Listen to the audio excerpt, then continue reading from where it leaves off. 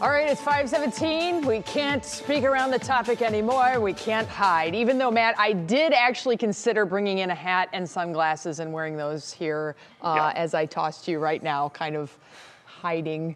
Yeah, today, I'll tell it. I'm just going to say it.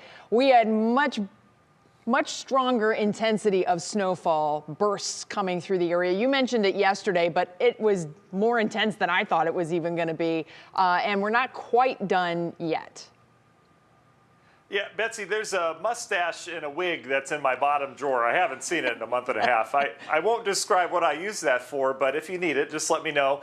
And yeah, you know, I remember distinctly saying a couple inches yesterday in spots. The problem is we got more than a couple inches in a couple spots. Right. Some of the reports, boy, 5-6 inches in Bath, North Royalton. Those were some of the leaders on the west side of Cleveland. So you're right, that April heat and intensity from the solar heating that we got really kicked off some of these bands. So I'm not going to brush by the snow, but I do want to talk April 1st. It's a new month, and I love to get to know the month out there. So this is where we're heading for the month of April. Average high today, 53 degrees. By the end of the month, we're talking an average high of 65 degrees. In terms of lows, most of us are sleeping, but average low 35 right now, 45 by the end of the month. So we're certainly getting on the warmer side of things as you'd expect. And I think one of the things you'll notice is really that increase in daylight. We gain over an hour, about an hour 16. And look at that sunrise. It'll be 6:24 in the morning by the end of the month, and that sunset approaching 8:30 as we continue to gain about 2 minutes and 45 seconds per day.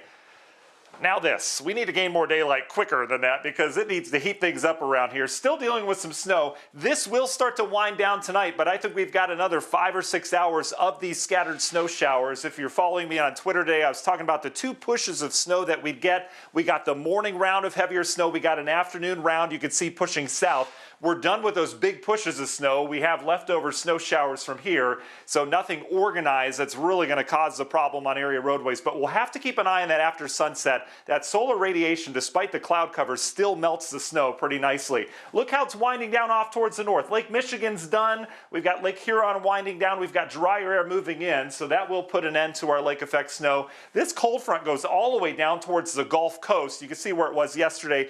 Today, it's all the way down to South Florida, so we're going to set record lows across many areas of the Deep South. In fact, there are freeze warnings and frost advisories all the way to the Gulf Coast.